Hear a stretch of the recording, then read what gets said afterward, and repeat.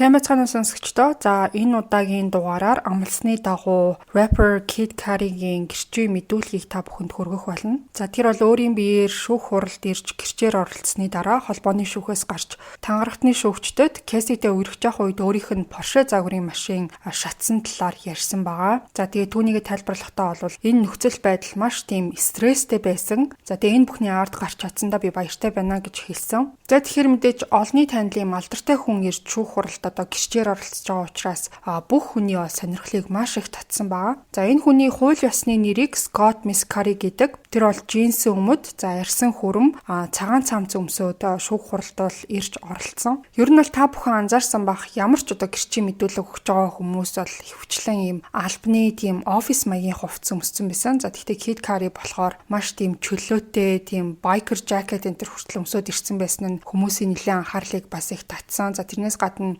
шүүх танхимаас гарч ирээд за орохын өмнө ч гэсэн тамхи татж байгаа харагдсан. За Sean Combs бол гэмт хэргийн сүлжээ болон хуйлдаанд оролцсон хэрэгээр буруутгагдж байгаа. Түүнийг бол өөрийнхөө бизнесүүдээ гэмт хэргийн үйл ажиллагаа явуулах, халахлах зорилгоор ашигласан гэж бол буруутгаж байгаа. Холбооны засгийн газрын зүгээс бол Kid Cudi-г тухайн одоо гэмт хэргийн нэгний тухайлах юм бол одоо галтан шатаах тэр гэмт хэргийнх нь хохирогч гэж үзэж байгаа. За Sean Combs-ийн зүгээс болохоор энэ бүх зүйлүүдэд өөрийгөө бол буруугүй гэсэн байр суурьтай байгаа. За мөн түүнээс гадна Casey-тэй харилцаатай байх үед тэр нь бол одоо гэр бүлийн хүчирхийлэл байснаас биш биеийн үнэлэлт байгаагүй гэсэн тийм одоо байр суурьтай байгаа. За тэгээ Kid Cudi бол гэрчийн судал суусныхаа дараа 2011 онд одоо Casey-тэй холбоотой байсан одоо үерхчихсэн гэдгийг ол мэдгдсэн. За тухайн үед болохоор Casey-г Sean Combs-оос салсан гэж бодож исэн учраас үерхлээ эхлүүлсэн гэдгийг өөрөө ол хэлсэн. За тэгээ үйл явдал яаж мэдэгдсэн гэхээр 2011 оны 12 сард Casey одоо Kid Cudi руу маш тийм сандарсан байдалтай залгаад тэр нь болохоор одоо үүрээр 5:30-аас 6 цагийн үед Casey бол дуудлага хийсэн байсан. За тэгээд Sean Combs ингээ чи хэд хоёрын харилцааны талаар мэдсэн байна гэж хэлсэн ба. Тухайн үед Kid Cudi нэлээд тийм одоо сандарсан ч юм уу те жоохон тийм бодолсон байдалтай байсан. Тэгээ Casey болохоор чи намайг ингээд ирээд аваач гэж хэлсэн. Casey-гийн дуу хоолой ч гэсэн маш тийм сандарсан айсан байдалтай байсан. За тэгээ тухайн үед нь ирж аваач гэхэд нь бол би очиж авсан гэж мэдүүлсэн. За эхлээд бол прокурорын зүгээс байцаалт хийж Emily Johnson асуултуудыг асуусан. Sean Combs та хоёрын талаар мэдсэн гэж Casey хэлсэн талаар та сая дурдлаа. Sean Combs яг юуг мэдсэн гэж та ойлгосон бэ гэж асуухад бид хоёрын үерхчихсэнийг гэж хариулсан. Та өөрийгөө жоохон бодолсон байдалтай байсан гэж ярьсан. Яагаад бодолсон бэ гэж асуусан чинь яагаад тэгэхээр тэр үед Casey Sean Combs-тэй харьцдаггүй ямар нэг одоо хосын харилцаа байхгүй гэж бодож исэн учраас гэж хариулсан. Та тэгээ Casey-г очиж авсан уу гэхэд тийм гэж хариулсан. За тэгээ ямар ч тач Casey-г очиж авчаад дараа нь болохоор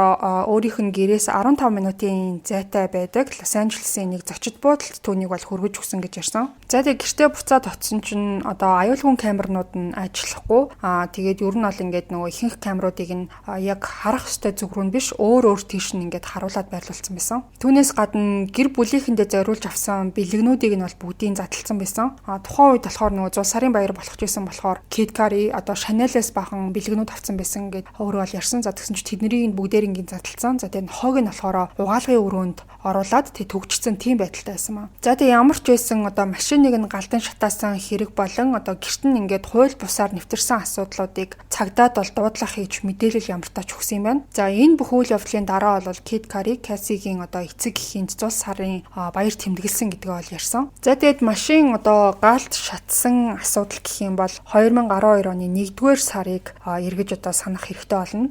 За прокурор Emily Johnson түүнээс одоо машин чи одоо галд авцсан талаар та яг хизээ мэдсэн бэ гэж асуусан чинь нохоог нь одоо нөгөө юу яадаг салхилуулдаг хүн гэж байдаг шүү дээ. Тим хүн нь Kid Cudi руу залгасан ба. Тэр нь болохоор ингээ өглөөний 6:30-аас 7 цагийн хооронд гэсэн. Тэгээд тухайн үед болохоор нохоог нь салхилуулдаг хүн Kid Cudi-гийн гэрт нь яг бэж таарад тэгээд түн рүү залгаад таны машин чи шатж гинэ гэж хэлсэн байгаа. Тухайн үед бол гэрт нь өөр ямар ч хүн байгаагүй. Тэгээд тэр үед та хаана байсан бэ гэж Emily Johnson асуусан чинь хуучин найз охиныхоо эгчийнх нь гэрт байсан гэж хариулсан.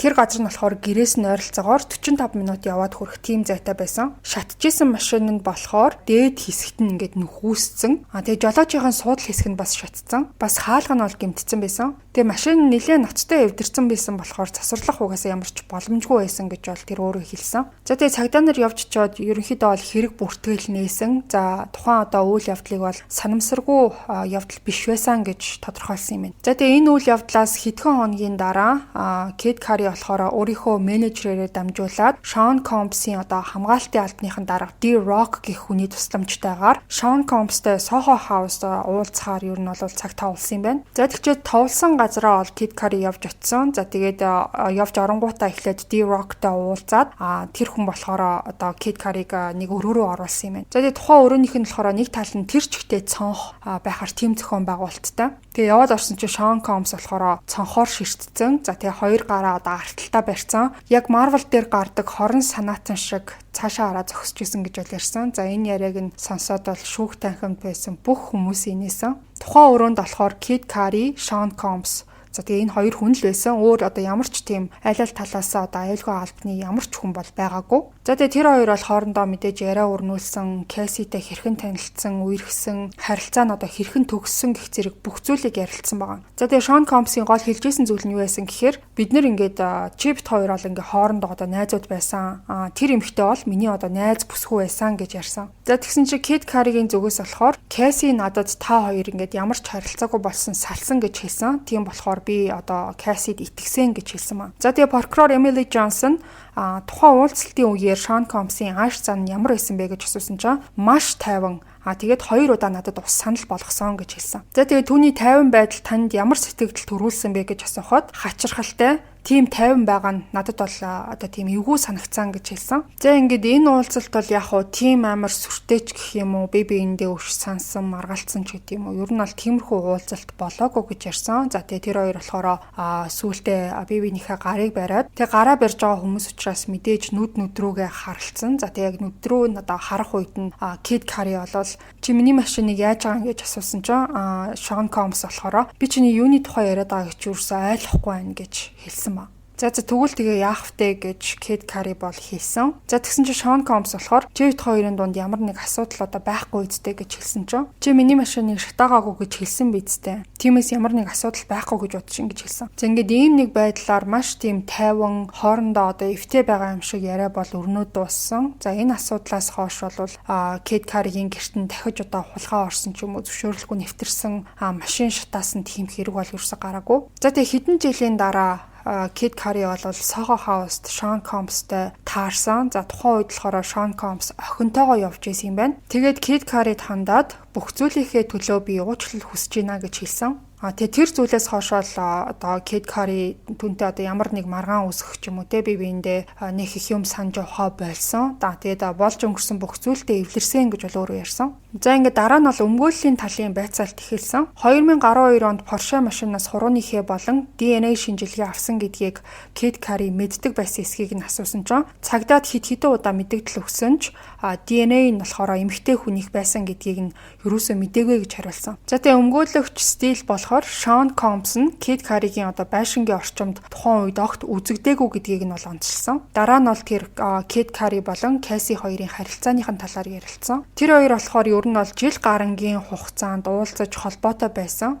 Тийм болохоор хожим нь ингээд нөгөө Шон Компстэй харилцаагаа ерөөсөө дуусгаагүй байсан гэдгийг нь мэдснийхээ дараа бол нэлээд одоо сонирн байдалд орж исэн гэдгээ өөр ярьсан. Өөрөөр хэлэх юм бол тухайн үед Кэси ингээд Шон Компс болон Кэт Каритай зэрэг ингээд үерхжсэнийг нь тэр бол өөрөө мэдээгүй гэж хэлсэн. Кэси танд үннээ хэлээгүй тийм үү гэж асуухад тийм гэж хариулсан. Тэр таныг хуурсан. Энэ таны өөрийн үг бидтэй гэж асуухад тийм. Та огт мэдээгүй тийм үү гэхэд мэдээгүй. Кэси тантай их хугацааг хамт өнгөрүүлсэн бидтэй гэхэд тийм гэж хариулсан. За тэгээ өмгөөлөгч Стил цааш нь хэлэхдээ 2011 онд Шон Компс өөрөө Кэт Карид Кэситэй хамтарч одоо дуу гаргах тийм санал тавьсан гэдгийг бол дурдсан. За ингээ энэ бүх зүйл бол одоо Кэт Кари Кэси хоёрын одоо танилцах шалтгаан нь байсан юм байна. Та Кэситэй хамт студид уран бүтээл хийж ийсэн үү гэж асуухад тийм. Та хоёр үнэндээ тэр үеэс л дотн болсон бидтэй гэж асуухад бид өмнө нь ч сайн найзууд байсан гэж хариулсан. Та түүнтэй үерхжих хугацаанд Шон Компс та хоёрын хооронд байсан уу гэж асуухад үгүй гэж хэлсэн. Таны мэдэж байгаагаар та түүнтэй хамт байх үед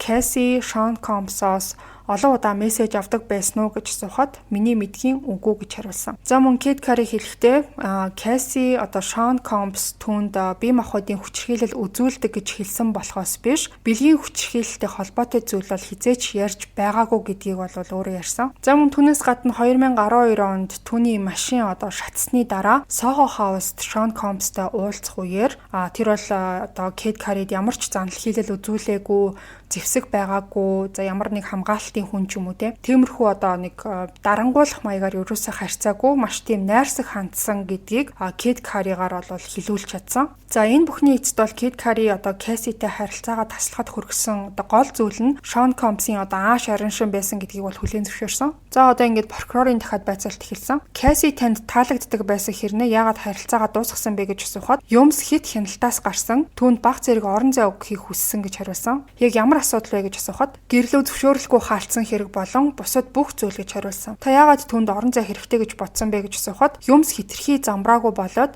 аюулгүй байдлын үүднээс өөрийнхөө болон түүний төлөө ийм шийдвэр гаргасан гэж хэлсэн. Kid Cudi-гийн гэрчийн мэдүүлэг Sean Combs надад худал хийлсэн гэж би итгэдэг гэсэн үгээр болов өндөрлсөн байгаа. За энэ нь болохоор машиныг шатаачаад өөрөө шатаагаагүй гэж ярьсан нь худлаа гэдэгт одоо болтол итгэдэг гэсэн тиймэрхүү одоо утгаар бол хэлсэн. За ингээд Kid Cudi-гийн гэрчийн мэдүүлэг өгсөн тухайн үеийн одоо шүүх танхимын уур амьсгалыг та бүхэнд ямар ч тач ярив. Ер нь бол тангарахтны шүүгчдийн ихэнх нь Kid Cudi-г сайн мэдэхгүй байгаа юм шиг харагдчихсэн гэсэн байсан. Насны хувьд ч гэсэн одоо 50-аас дээш насны хүмүүс байсан болохоор яг юм залуу уран бүтээлчдийг бас мэдэхгүй хүмүүс их байгаа гэж хэлж болно. Харин бусад одоо сайн дураараа шүүх танхимд очисон байгаа хүмүүс бол Kid Cudi-г харахыг тэр хүний юу ярихыг сонсох нь бол тэдний хувьд маш сонирхолтой байсан. За тэгээ Kid Cudi болохоор ямар нэг хостел энэ төр өмсөөгүй, ер нь бол нэг тийм жоохон хайнг маягаар ирсэн бас нэлээд олонний анхаарлыг татсан. Энэ хүн бол зүгээр л ингээд өөрийнхөө юу мэдж байгаа гэдгийг хэлээд энэ шүүх хурлыг дуусгахыг хүсэж байгаа тийм хүн шиг харагдчихсан. За тэгээ мэдүүлэг өгөх үеэрээ тэр бол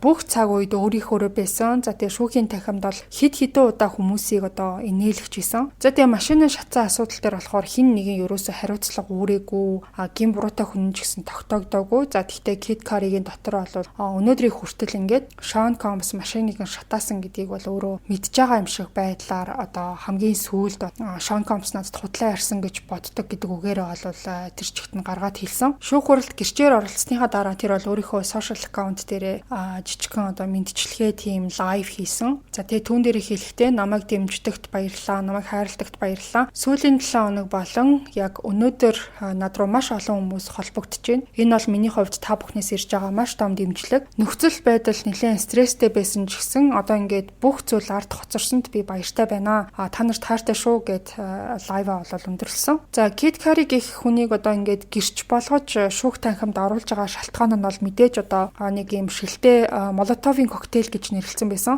Тийм зүйл одоо машинд нь ороод за тэгээ дараад нь бол ингээд машин нь шатсан тийм үйл явдал болсон байгаа. Тэр хэрэгтэй мэдээж хамгийн том холбоотой. Хэдийгээр яг машин нь дэлбэрээгүй ч гэсэн ямартаа ч ингээд нэлээд одоо түлэгдэж шатаад тодорхой хэмжээний бол хохирол тэр хүнд учирсан. За энэ үйл явдлыг болохоор гэмт хэргийн одоо тийм сүлжээ шиг тийм хувилдааны одоо Rico гэж нэрлэдэг байгаа. Тийм үйлдэлийн нэг хэсэг гэж бол үзэх боломжтой гэж мэргэжилтнүүд тайлбарлаж байгаа. Cassie урд нь бол гэрчийн мэдүүлэг өгч байхдаа Sean Combs одоо өөрийнхөө амаар машиныг нь дэлбэлнэ гэж занл хийсэн гэж мэдүүлж байсан. За тэгээ галдан шатаах гэдэг нь бол мэдээж заавал одоо дэлбэлэх ч юм уу тиймэрхүү зүйл биш. Ерөнхийдөө гал гаргаад тавьсан байхад л энийг бол мэдээж одоо нөгөө arson буюу галдан шатаах гэмт хэргийн бас нэг зүйл ангих гэж үздэг. Хамгийн гол нь ингээд Sean Combs-тэй тухайн хэргийг шууд холбох тийм нотлох баримт юусоо байхгүй ч гэсэн занл хийлэл зам ингээд цаг хугацааны давхцал нь одоо нөхцөл байдлыг бүрдүүлж ийн гэж үзсэн. За тийм мэдээж яаж ч бодлоо гэсэн Sean Combs бол иймэрхүү төрлийн хэргийг өөрийнхөө гараар хийнэ гэж угаасаа байхгүй. Бусад хүмүүсээр за өөрийнхөө ингээд туслахуудаар ч гэсэн хийлгсэн байх угаасаа магадaltaй. Тэгээ тэр явдлаас 2 жилийн дараа одоо Kid Cudi-тай уулзахдаа